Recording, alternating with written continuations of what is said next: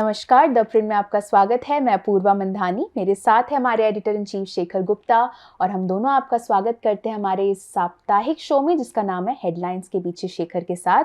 शेखर, चलिए शुरुआत करें इस साल के आखिरी एपिसोड की। बिल्कुल। और देखिए, हम लोगों की जिंदगी होती है, आखिरी एपिसोड पहला एपिसोड कुछ फर्क नहीं पड़ता क्योंकि न्यूज साइकिल तो लगातार चलती है। कालचक्र है ना, वो चलता ही रहता है। उसमें कोई फुल स्टॉप नहीं होता, कोई कॉमा नहीं होता। पर ठीक है, एक दिन हम हमेशा कहने के लिए कि आज एक साल खत्म हो गया। दर्शकों को भी बता दो शेखर, हमें ऑलमोस्ट 100 एपिसोड्स होने वाले हैं इस शो के पर। बिल्कुल, उसमें कुछ खास करेंगे। आप कुछ आइडिया दीजिए कि उसमें खास क्या करें, क्योंकि आपका समर्थन मिला इतने साल। और हमारे पास देखिए, हिंदी में हम बहुत ज़्यादा कुछ करते नहीं हैं और ये आप में से काफ़ी मित्रों की शिकायत थी, इसीलिए हमने ये भी शुरू किया। और मैंने भी सोचा कि जब तक मैं हिंदी में अपने आप नहीं इन्वॉल्व होऊंगा तब तक हमारा बाकी भी हिंदी लोग इतनी दिलचस्पी नहीं दिखाएंगे। तो इस साल में थोड़ा हम हिंदी का वीडियो बढ़ाएंगे आपके लिए। चलिए, हमें कमेंट सेक्शन में ज़रूर बताइएगा फिर कि आप 100वें एपिसोड के लिए क्या देखना चाहते हैं। अगर आपके पास कुछ सजेशंस हों तो हम उन्हें पक्का बिल्कुल से कंसिडर करेंगे।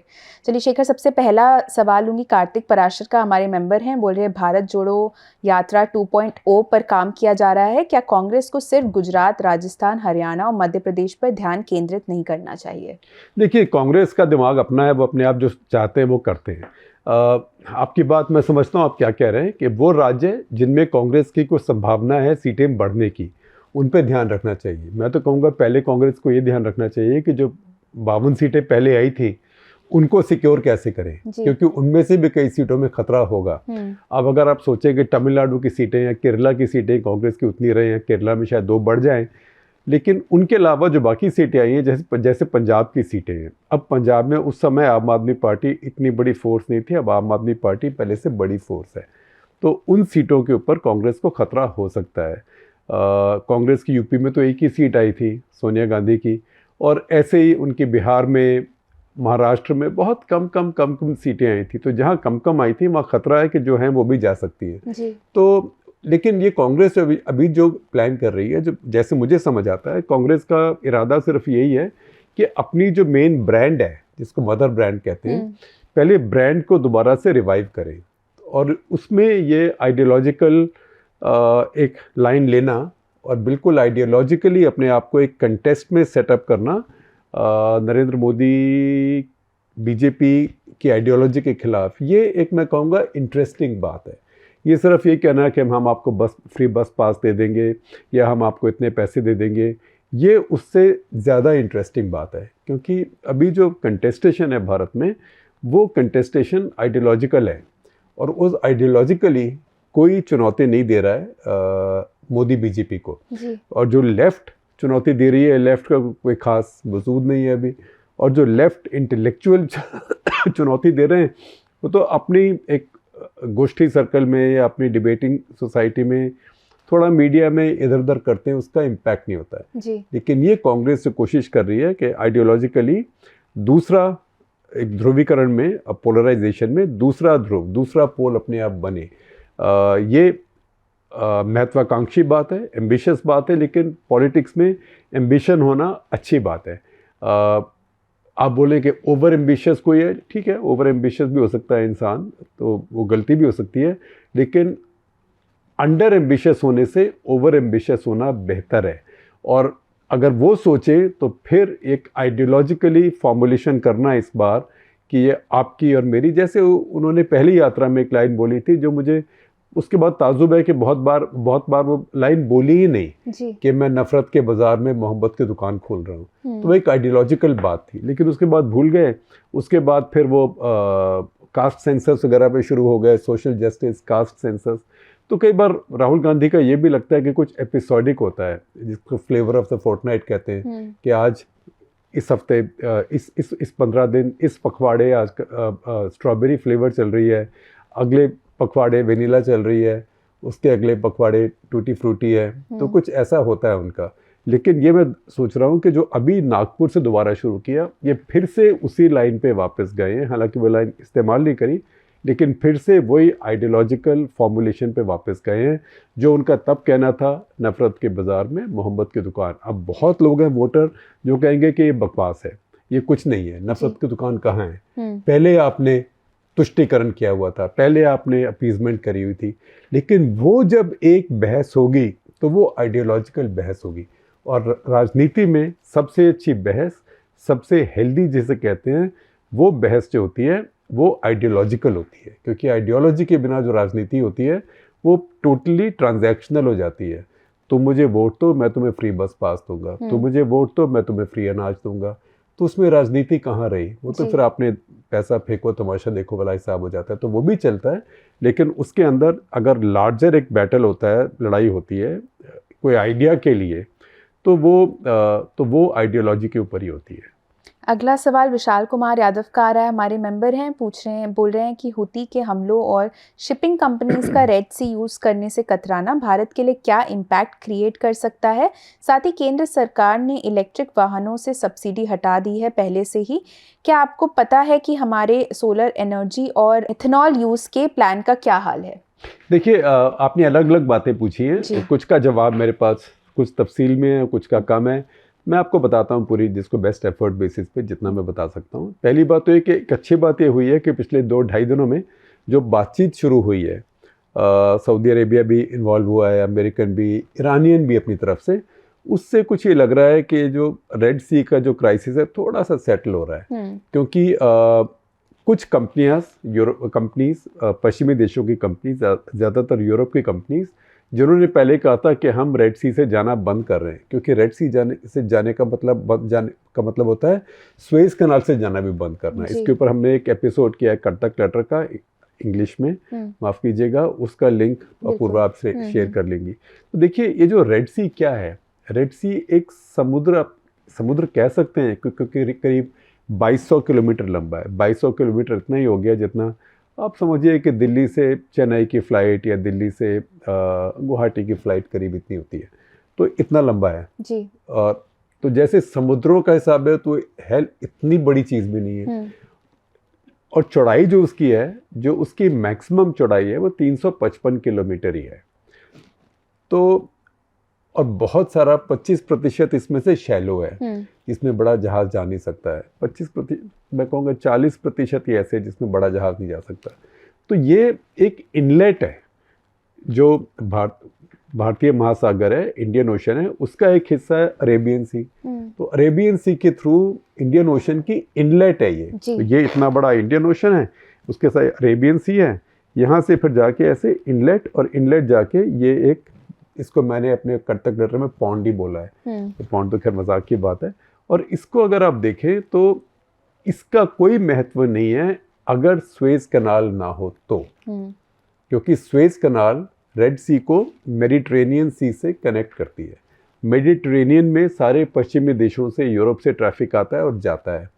तो अगर वो स्वेज कनाल ना होती तो वहाँ भी ज़मीन थी, दाएं बाएं भी ज़मीन थी, तो ये तालाब की तरह ही रहता। मतलब लोग यहाँ से जाते, उसमें एक दो बंदरगाह बड़े जो है महत्वपूर्ण है, जद्दा है, जैसे जद्दा रेड सी पोर्ट है, लेकिन उसके अलावा इसकी कमर्शियल वैल्यू नहीं होती। कमर्शियल वैल्यू है स्वेज कनाल से, क्योंकि सारी एशिया से जो शिपिंग है वो यहाँ से निकल के यूरोप जाती है, यूरोप और अमेरिका, और ऐसे ही वहाँ से शिपिंग वहाँ से निकल के यहाँ पे आती है। अगर ये रुकता है तो स्वेज कनाल भी रुकती है, और स्वेज कनाल रुकने से इजिप्ट का बहुत नुकसान होता है, क्योंकि इजिप्ट की बहुत रेवेन्यू स्वेज कनाल से आती है जी। और स्वेज कनाल का इतना महत्व है कि उसके ऊपर बड़े बड़े देशों की, बड़ी दुनिया की बड़ी ताकतों की लड़ाई हो चुकी है इजिप्ट के साथ। या क्योंकि इजिप्ट ने, नासिर ने बोल दिया था कि मैं इसको नेशनलाइज कर रहा हूँ, तो फ्रेंच और ब्रिटिश ये लोग लड़ने आ गए। भी 50 के दशक की कहानियाँ हैं। तो उसका सारा दुनिया को फ़र्क पड़ता है, क्योंकि अगर ये बंद हो जाए तो दुनिया भर का जो ट्रैफिक है, वो जो पुराना जो हम पढ़ते हैं वास्को डी गामा के टाइम के, या कोलंबस या मैजेलन उस टाइम के जो पढ़ते हैं, फिर वो घूम के सब केप ऑफ गुड होप से होके आएगा, अफ्रीका के नीचे से केप टाउन। आजकल लास्ट टेस्ट मैच मेरे ख्याल इंडिया जीता था वहाँ पे। तो केप टाउन से के चारों तरफ से होते हुए फिर वहाँ पे कहते हैं 2 ओशन मिलते हैं, एक तरफ अटलांटिक, एक तरफ इंडियन ओशन। तो उसमें जो रास्ता है वो करीब 2 हफ्ते के करीब बढ़ जाता है शिपिंग में, 2 हफ्ते रास्ता किराया बढ़ जाता है।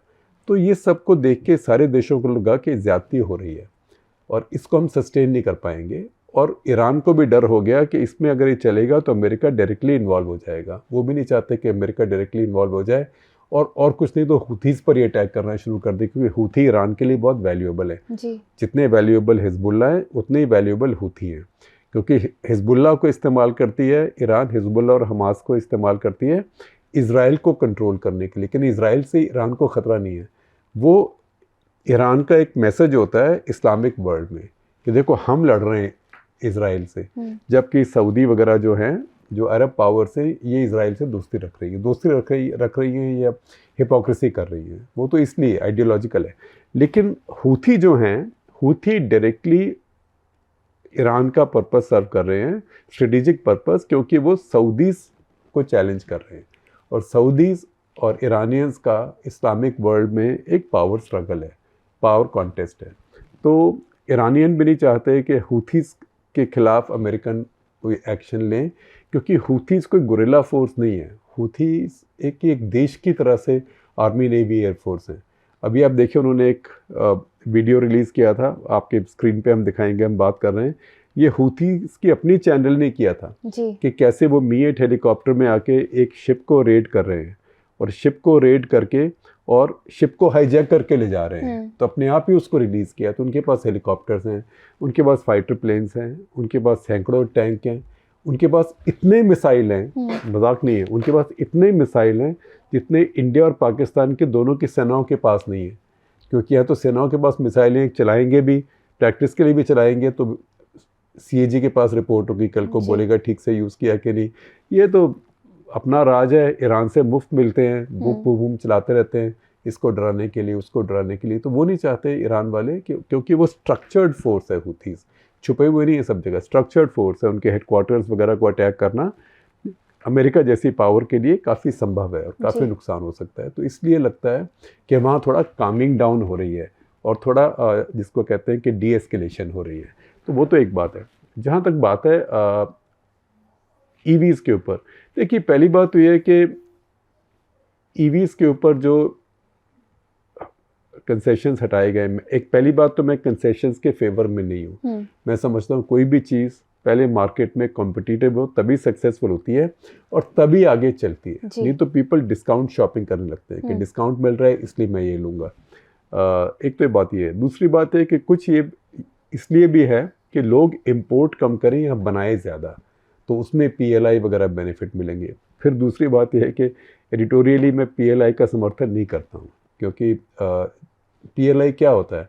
PLI का मतलब ये है कि आप जो विदेश से चीज़ आ रही है, ये फ़ोन है, ये विदेश से बन के आएगा, तो आप मान लीजिए 100 रुपये का है, आपने इसके ऊपर 30% ड्यूटी लगा दी, 30% ड्यूटी लगाई तो इंडिया में आके 130 का हो गया। जब इंडिया में कोई बनाएगा तो अब वो 125 का बेचेगा। अगर वो 125 का बेचेगा तो मैं कंज्यूमर हूँ, आप कंज्यूमर है, उपभोक्ता हैं, आपको तो 25 रुपये ज़्यादा पड़े ना। तो हमारे इंपोर्ट कम करने का खामियाजा तो उपभोक्ता को भुगतना पड़ा, और जो इंडियन मैन्युफैक्चरर है, जो कम एफिशिएंट है, जो कम्पीट नहीं कर सकता बाहर वाले के साथ, उसको फ़ायदा हो गया अपनी इनएफिशिएंसी का, क्योंकि हम उपभोक्ता उसको सब्सिडाइज कर रहे हैं। वो 125 में जो 25 रुपये विदेशी इंटरनेशनल प्राइस से, इंपोर्ट प्राइस से आपको ज़्यादा देना पड़ा, उसके अलावा आपकी जेब और कटी, क्योंकि उसमें 10-15 रुपये जो PLI के दिए गए मैन्युफैक्चरर को, वो तो टैक्स पेयर पैसे से दिए गए। तो मैं PLI के भी इतने फेवर में नहीं हूँ। मैं समझता हूँ कि जो चीज़, जो भी प्रोडक्ट हो मार्केट में, उसको अपने दाम और अपनी क्वालिटी के ऊपर मार्केट में कम्पीट करना चाहिए। तो मैं नहीं समझता कि EVs पे टैक्स घटाने से बढ़ाने से फ़र्क पड़ने वाला है। EVs महंगी हैं, जो लोग EVs खरीदते हैं उनको 10-15% से इतना फ़र्क पड़ने वाला नहीं है। एथेनॉल पे कुछ समस्याएं हैं। समस्या ये है कि भारत का जो एग्रीकल्चरल मास है वो लिमिटेड है, एरेबल लैंड लिमिटेड है, उसमें आप कितना उगा सकते हैं, और भारत की अपनी रिक्वायरमेंट्स ऑफ फूड की हैं, बहुत ज़्यादा हैं, फूड की, शुगर की, एडिबल ऑयल्स की, सबकी ज़्यादा है। तो ये ब्राज़ील की तरह नहीं है। हालांकि ब्राज़ील में भी बहुत कंट्रोवर्सी है उस बात के ऊपर, क्योंकि जंगल काट के प्लांटेशन लगाए जा रहे हैं। तो ब्राज़ील की तरह नहीं है कि आप उसमें हज़ारों, टेंस ऑफ थाउजेंड्स ऑफ, दसियों हज़ार हेक्टेयर्स के अंदर आप गन्ना लगा दें या आप मक्की लगा दें जिससे आप बायोफ्यूल बना सकते हैं। तो वो भारत में, अब देखिए इस समय भारत सरकार ने एथेनॉल बनना बंद कर दिया है क्योंकि दुनिया में शुगर प्राइस बढ़ रहे हैं। भारत में शुगर क्रॉप अच्छी नहीं हुई है क्योंकि 1-2 साल मौसम ऐसे ही रहा है। इस साल भी बल्कि अभी चिंता ही है क्योंकि सर्दियों की बारिशें नहीं आई हैं इस बार। उसकी वजह से सरकार ने अभी वो जो एथेनॉल कन्वर्शन है उसको कम कर दिया है जी। तो जितनी भारत की लिमिटेशंस हैं, ज़मीन की, यील्ड की, पानी की, क्योंकि कई जो एथेनॉल यील्डिंग क्रॉप्स हैं जैसे गन्ना ही है उसमें पानी बहुत लगता है, तो वो भी लिमिटेशन है। और भारत की जो इतनी बड़ी पॉपुलेशन है उसको जो खाद्यान्न, ऑयल सीड्स, हम इतनी शॉर्टेज है हमारे पास ऑयल सीड्स की, हम एडिबल ऑयल्स, खाद्य तेल बहुत इंपोर्ट करते हैं और ऐसे सब्जियां, ये सब चीज़ों की ज़रूरत है। तो इसमें ये सोचना कि भारत बहुत ज़्यादा एथेनॉल बना के और उसको फॉसिल फ्यूल्स को रिप्लेस कर पाएगा, मुझे ये संभावना इतनी नहीं लगती। ये ज़रूर है कि आने वाले समय में, अभी नहीं होगा लेकिन आने वाले समय में, और आजकल आने वाला समय बहुत जल्दी आता है, आने वाले समय में जब ग्रीन हाइड्रोजन और ज़्यादा चलेगी जी, तब भारत में एक बदलाव ये आएगा। अगला सवाल तपेश मजुमदार का है। शिखर हमारे मेंबर हैं, बोल रहे हैं कि हाल ही में खबर आई कि कतर ने हमारे 8 नौसैनिक रिटायर्ड अधिकारियों को पार्डन कर दिया है, जो कि एक्सीलेंट न्यूज़ है। वो बोल रहे पीएम मोदी सरकार का ग्रेट डिप्लोमेटिक इनिशिएटिव है। क्या आप इस पार्डन के बारे में थोड़ा और बता सकते हैं? देखिए, पहली बात तो ये कि हाँ, ये अच्छा डिप्लोमेटिक इनिशिएटिव है और उन्होंने खुद जाके बात की, जैसे हमने पीछे देखा, वो खुद कतर के अमीर से बात की उन्होंने, हालांकि उसके पहले होमवर्क भी किया होगा। तो अच्छा डिप्लोमेटिक काम हुआ क्योंकि जो भी हैं भारत के नागरिक हैं उनको फांसी की सज़ा नहीं होनी चाहिए, मौत की सज़ा नहीं होनी चाहिए। ये कहने के बाद मैं ये कहूँगा कि थोड़ी सी करेक्शन करूँगा, उनको पार्डन नहीं किया गया, उनको माफ़ नहीं किया गया। हालांकि कतर के अमीर के पास पूरी ताकत है, वो जब चाहे माफ़ कर सकते हैं और हो सकता है कि कभी निकट भविष्य में माफ़ कर भी दें, लेकिन पहले स्टेप में माफ़ नहीं किया है। उनकी कन्विक्शन जैसे है वो वैसे के वैसे बरकरार है। जो उनको फांसी की सज़ा, मुझे पता नहीं वो कैसे वहाँ पे मौत की सज़ा देते हैं, जैसे भी जो मौत की सज़ा सुनाई गई उसको कम्यूट करके अब लाइफ इम्प्रिजनमेंट, आजीवन कारावास या अलग अलग लोगों के अलग अलग सेंटेंसेस होंगे, वो हमें मालूम पड़ेगा। तो ये मैं कहूँगा एक कदम आगे है। बड़ी बात तो है कि अब वो जिंदा हैं जी, लेकिन ख़राब बात ये भी है कि अभी भी जेल में है और पता नहीं कब तक रहेंगे जी। तो मुझे उम्मीद ये है कि जैसे भारत का रुतबा भी है और ये कतर वगैरह देशों का एक तरीका भी है, वो हर चीज़ को बार्गेनिंग के तरीके से इस्तेमाल करके या कभी एक फेवर करके या उसके एक्सचेंज में कुछ लेके कुछ किसी समय में ये इसको और कम किया जा सकता है, लेकिन अभी पार्डन नहीं है। उसके साथ साथ एक और चीज़ देखिए कि भारत सरकार ने एक और समझौता एक वो करने वाले हैं कतर के साथ, जिसमें एक दूसरे के जो कैदी होते हैं वो अपने देश में जाके अपना सेंटेंस पूरा कर पाएँ। अच्छा। तो हो सकता है अगला स्टेप ये भी हो कि ये लोग भारत में आके भारतीय जेल में वो टाइम लगाएं और उससे एक के बाद एक कुछ स्टेप हो। लेकिन इसमें एक बात जो समझ नहीं आ रही वो ये है कि अभी तक कतर की सरकार ने जो इनके ऊपर जजमेंट है वो रिलीज़ नहीं करी है और इनके केस के डिटेल्स, चार्जशीट वगैरह कोई रिलीज़ नहीं किए हैं। तो वो सब सिर्फ अटकलों से ही हम लोग सोच रहे हैं कि किसी के पास डिटेल्स नहीं है कि इनके खिलाफ चार्जेस क्या थे, जज को क्या वो बात उसमें से सटीक लगी, क्या बात उसने मानी, क्यों उसने मानी, ये सब बात अभी मिस्ट्री है। अगला सवाल राधिका घोष का है, हमारी मेंबर हैं, बोल रही कंटेंट कॉपिंग के लिए एनवाईटी द्वारा चैट जीपीटी पर मुकदमा करने पर आपकी क्या राय है?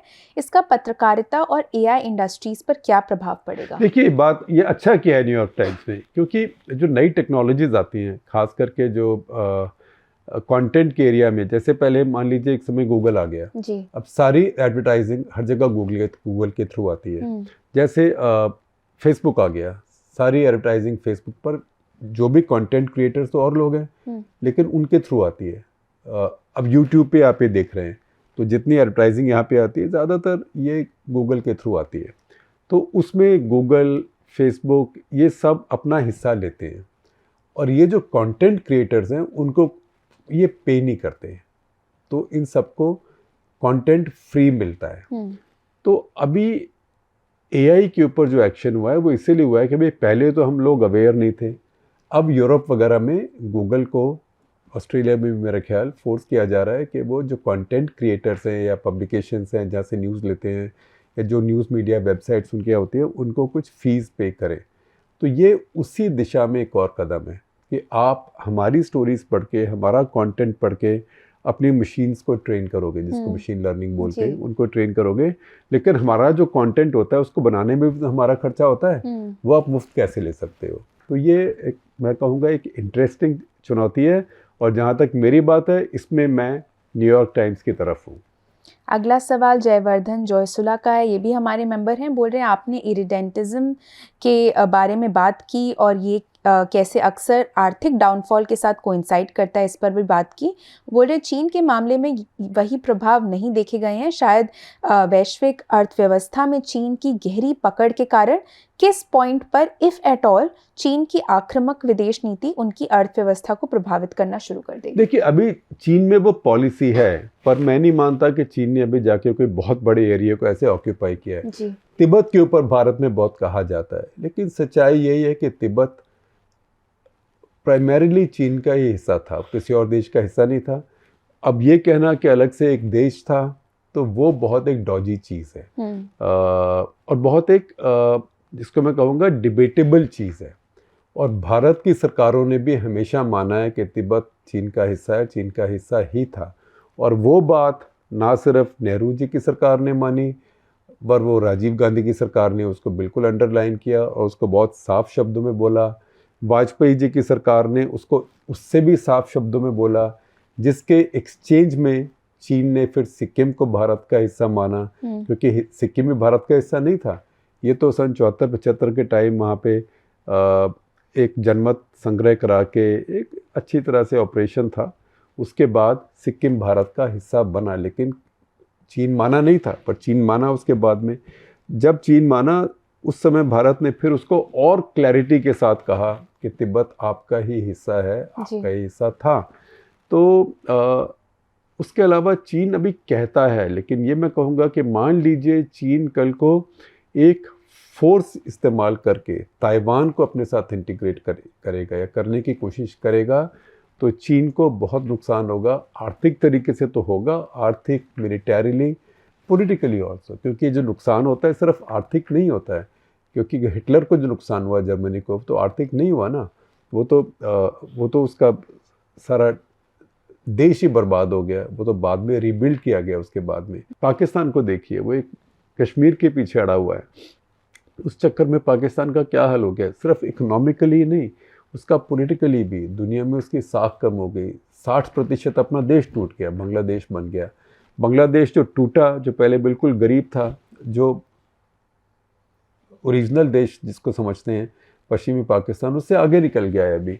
तो ये स्ट्रेट लाइन है, इसमें कोई आज तक की किसी के लिए भी सक्सेसफुल नहीं हुआ, चीन के लिए भी नहीं होगा। आपने वाजपेयी जी को मेंशन किया, उनके बारे में आशीष पटेल हमारे मेंबर हैं, उनका सवाल ये है कि इस सप्ताह लेट अटल बिहारी वाजपेयी की बर्थ एनिवर्सरी थी। हमने आप समेत कई पत्रकारों से उनके बारे में कई बातें सुनी हैं।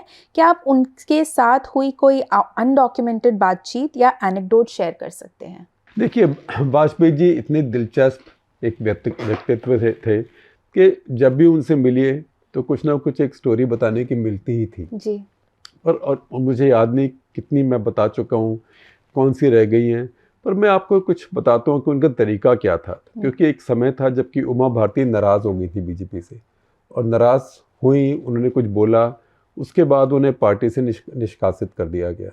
तो एक दिन पार्लियामेंट के कॉरिडोर में एक तरफ से अटल जी आ रहे थे अपने साथियों के साथ, एक तरफ से उमा भारती आ रही थी, तो सामना हो गया, आमना सामना। तो अटल जी ने कहा, अरे आप मिलने क्यों नहीं आती? तो उन्होंने बोला, मेरे को तो निष्कासित कर दिया। तो अटल जी ने एकदम कहा, अरे निष्कासित तो कार्यालय से किया है, पार्टी से किया है, घर से थोड़ा किया है, आप आइए। तो वो एक तरीका था, और वही तरीका हमने देखा जब वो कश्मीर गए।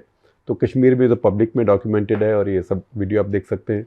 कश्मीर में गए तो किसी ने कहा कि साहब हम आपसे बात कैसे करें, क्योंकि आप तो कहते हैं संविधान के दायरे में बात करो, मतलब ये कि हम तो सेपरेटिस्ट हैं, तो संविधान के दायरे में हम कैसे बात करें। तो उसने बोला अरे इस इंसानियत के दायरे में बात करो। तो उनका एक तरीका था ऐसी चीज़ों से, और ये कोई फिसिशियस बातें नहीं थी कि आप बात को ख़त्म करे हो, रफा दफा करे हो। वो एक तरह के इनेबलर थे बहुत चीज़ों में। और जैसे उन्होंने कहा कि 50 साल से 60 साल से भारत पाकिस्तान लड़ रहे हैं कश्मीर के ऊपर, एक दूसरे के जवान लोग मारे जा रहे हैं, कभी ये सिलसिला ख़त्म होना चाहिए, इसीलिए बार बार वो पाकिस्तान के साथ भी एंगेज करते रहे। तो ये उनका बड़प्पन था। और ये देखिए वो इंस्टिंक्टिव नेता थे। लोग कहते हैं बहुत ऑरेटर वगैरह, ठीक है, वो सेट पीस पे अच्छी स्पीच देते थे, सबसे अच्छे ऑरेटर्स में से थे सेट पीस में। वन ऑन वन कम्युनिकेशन बहुत अच्छा नहीं था। और कई बार आप उनसे कुछ बात करें वो चुप रहते थे बहुत देर, और आप सोचते थे मैं क्या करूं। फिर आप भी परेशान होकर, क्योंकि इतने बड़े नेता हैं, फिर अब अगली बात शुरू कर देते थे, वो फिर चुप रहते थे। तो मैंने एक बार अरुण शौरी से बात कही, अरुण शौरी तब मंत्री थे, कि आप कैसे इसे डील करें। तो उन्होंने कहा वो आपको थका रहे हैं, इज टायरिंग यू आउट। तो जब आप उनसे कुछ पूछें और चुप हो जाए तो आप वेट करिए, क्योंकि he is waiting for you to tire out, कि आप थक के नई बात पे चले जाएंगे। आप वेट करो तो फिर बोलेंगे। तो मैं वेट करता रहा, एक बार अगली बार ट्राई किया, फिर बोले, फिर मुझे वो बात समझ आ गई। अच्छा। तो उसके बाद में किस्सा है, हालांकि मैंने उसके बारे में लिखा हुआ है, कि जब आगरा समिट हुई मुशर्रफ और वाजपेयी जी की, तब भी ये हुआ कि अब मुशर्रफ कुछ बोले, वाजपेयी सोचते रहे काफ़ी देर। तो जब पहला सेशन हुआ तो उसके बाद मुशर्रफ ने अपने साथियों से कहा भाई मैं कैसे बात करूं, इनको कुछ बोलता हूं तो बोलते ही नहीं बहुत देर। तो किसी ने कहा कि मुझे आप जो उनको कहते हैं कि वो क्या करते हैं, सोचते रहते हैं। तो किसी ने कहा जो आप कहते हैं वो बात को प्रोसेस करते हैं। तो फिर किसी ने पाकिस्तानी डेलीगेशन में कहा भाई उनका प्रोसेसर क्या 286 है। पास्कल के ज़माने में तो 286 किसी को समझ भी नहीं आएगा, पर पहले कंप्यूटर्स के प्रोसेसर्स इस टाइप के होते थे। 286 बहुत अर्ली प्रोसेसर्स, बहुत स्लो स्पीड के होते थे। तो ऐसी बातें उनके बारे में कही जाती थी, लेकिन सच्चाई है कि वो जल्दी से अपना माइंड किसी को देते नहीं थे। और वो और मुशर्रफ बिल्कुल ऑपोजिट इंसान थे जी। और उस समय उनकी शुरुआत बड़ी ख़राब हुई, जो आगरा समिट ख़राब हुई, लेकिन बाद में उनके और मुशर्रफ के बीच में कुछ समझौते भी हुए। इस्लामाबाद में जब वो गए थे पराक्रम के बाद, तो उसके बाद कुछ मूवमेंट भी शुरू हुई। इस्लामाबाद डिक्लेरेशन था, बदकिस्मती से उसके बाद फिर से मुशर्रफ रास्ता भूल गए और 26/11 वगैरह हुआ, और फिर से भारत में आतंकवादी हमले शुरू हो गए, ट्रेन्स में अटैक्स हुए। तो उन्होंने कोशिश बहुत की अपने जीवन में। शेखर, आज का आखिरी सवाल लूँगी आदित्य का। इन्होंने हमें पूरे साल बिना मिस किए हर एपिसोड के लिए सवाल भेजे, तो उसके लिए आपका बहुत बहुत धन्यवाद आदित्य। वो बोल रहे हैं कि पीएम मोदी ने हाल ही में कश्मीर के छात्रों के साथ बातचीत की और क्रिश्चियन समुदाय के लोगों के साथ क्रिसमस भी मनाया। यहाँ तक कि जेपी नड्डा ने भी क्रिश्चियन समुदाय के लोगों के साथ क्रिसमस मनाया। क्या आपको लगता है कि बीजेपी ने अपना वोट बेस बढ़ाने के लिए खास कोशिश की है, जैसा कि हाल ही में बीजेपी की बैठक में पीएम मोदी ने कहा था कि भाजपा के लिए नए वोटर ग्रुप की पहचान करनी चाहिए? देखिए, पहली बात तो ये है कि अगर बीजेपी ने किसी भी माइनॉरिटी को आउटरीच करी है तो ये अच्छी बात है। बल्कि मैं तो ये उम्मीद करूँगा कि इसके बाद प्रधानमंत्री जो पहले एक भारत में ट्रेडिशन था इफ्तार का, जी, प्रधानमंत्री करते थे, वो बंद किया मोदी जी ने आके, उसको भी दोबारा से शुरू कर देंगे। क्योंकि भारत के हर समुदाय आपको कोई वोट दे या ना दे, लेकिन है तो भारत के नागरिक ही। तो क्रिश्चियंस को आउटरीच भी एक अच्छा कदम है, और मैं उम्मीद करूंगा कि पहला कदम है बाकी माइनॉरिटीज़ के साथ भी, खास करके मुस्लिम्स के साथ आउटरीच का भी। तो एक तो ये बात है। पर दूसरी बात, अगर आप सिर्फ पॉलिटिक्स देखें तो इसमें पॉलिटिक्स एक केरला की पॉलिटिक्स भी आती है। क्योंकि केरला में जो पॉलिटिक्स का जो ध्रुवीकरण है वो साफ है। क्योंकि एक तरफ सीपीएम की सपोर्ट बेस है, उसमें गरीब हैं, उनके जो शेड्यूल कास्ट्स हैं, बैकवर्ड कास्ट्स हैं, ट्राइबल्स केरला में है, जो भी लेफ्ट के लोग हैं। और दूसरी तरफ जो यूडीएफ है, जो सीपीएम लीड करती है, वो एलडीएफ है, लेफ्ट डेमोक्रेटिक फ्रंट। दूसरी तरफ है यूडीएफ, जो यूनाइटेड डेमोक्रेटिक फ्रंट, जिसे कांग्रेस लीड करती है। उसका जो वोट बैंक है उसमें वहाँ के मुसलमानों के वोट, क्योंकि IUML जो है, इंडियन यूनियन मुस्लिम लीग, वो यूडीएफ का हिस्सा है, उसका एक घटक है। और उसमें क्रिश्चियन के वोट भी पड़ते हैं, क्योंकि पहले केरला कांग्रेस एक पार्टी होती थी क्रिश्चियंस की। केरला कांग्रेस के साथ, उसकी हिस्ट्री के साथ साथ यूडीएफ के साथ सब जुड़ा हुआ है। तो क्रिश्चियन और मुस्लिम वोट केरला में यूडीएफ को पड़ते हैं। और केरला बहुत डिवाइडेड है धर्म के बेसिस पे, डिवाइडेड मतलब इलेक्टोरल नंबर्स, वोटर नंबर्स जी। तो बीजेपी की कोशिश वहाँ ये भी है काफ़ी समय से, खास करके पिछले 3-4 साल से, कि कोई तरीके से क्रिश्चियन और मुसलमानों के बीच में एक सेपरेशन लाया जाए, ताकि क्रिश्चियन को ये कन्विंस किया जाए, कम से कम एक सेक्शन ऑफ क्रिश्चियंस को ये कन्विंस किया जाए कि आप उसी साइड पे वोट क्यों करते हैं जिस साइड पे मुसलमान करते हैं। क्योंकि क्रिश्चियंस और मुस्लिम्स की केरला में भी कुछ टेंशन्स हैं। ये बातें बहुत लोग नहीं समझते हैं, क्योंकि सच्चाई है कि गूगल के आने से पहले भी तो इतिहास था, बहुत कुछ हो रहा था, लेकिन लोग ये याद नहीं करते हैं, समझते नहीं हैं कि जिसको लव जिहाद लॉ कहते हैं, एंटी लव जिहाद लॉ, ये सबसे पहले बात केरला में शुरू हुई थी। और केरला में इसके ऊपर जो दबाव आया था वो क्रिश्चियन कम्युनिटी से आया था। तो बीजेपी नरेंद्र मोदी, अमित शाह, इनकी जो बीजेपी है ये इस इतिहास को जानती है। तो उनको पता है कि वहाँ पे भी एक खेल है जो अवेलेबल है। वो इसके लिए कर रहे हैं नहीं मैं जानता नहीं, पर क्योंकि आपने पूछा तो मेरे को भी सोचना पड़ता है, तो सोच के मैं आपको ये बात बता रहा हूँ। लेकिन ये राजनीति है, राजनीति में आप सोचें, हर किसी को वोट बैंक बनाने का अधिकार है, हर किसी को दूसरे के वोट बैंक तोड़ने का कोशिश करने का अधिकार है, और हर किसी को हर सेक्ट को, हर वर्ग को अपील करने का अधिकार है। उसके अंदर अंदर बीजेपी, जो कि अभी तक माइनॉरिटीज़ को अपील नहीं करती रही है, अगर बीजेपी वो ऐसा शुरू करती है तो भारतीय राजनीति के लिए वो एक अच्छी बात है। चलिए, इसी बात पे हमारा आज का एपिसोड यहीं ख़त्म होता है। आप सभी को हम सबकी तरफ से नए साल की बहुत बहुत शुभकामनाएं। हमसे जुड़ने के लिए आप सभी का बहुत बहुत धन्यवाद। और देखिए 2024 बहुत ज़रूरी साल है और बहुत दिलचस्प साल है। सिर्फ इसलिए नहीं कि भारत में चुनाव होंगे, लेकिन भारत समेत 65 देशों में 65 देशों में इस साल इलेक्शंस होने वाले हैं। रशिया में भी हैं, वो तो पता ही है कौन जीतेगा, है ना, लेकिन 65 चुनाव होने वाले हैं। चलिए, आप सभी का हमसे जुड़ने के लिए बहुत बहुत धन्यवाद।